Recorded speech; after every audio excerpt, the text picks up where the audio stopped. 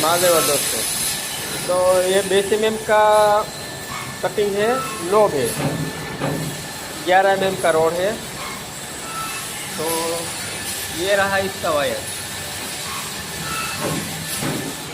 और ये रहा इसका माल। देखिए 20 mm का कटिंग है और कुछ इस तरह का आइटम है। देखिए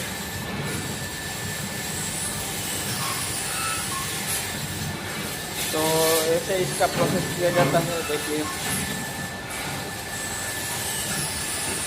ये वायर और क्लैंप पर लगाया हुआ है, कटिंग पाना।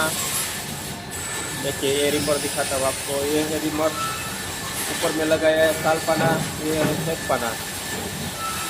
तो इसको देखिए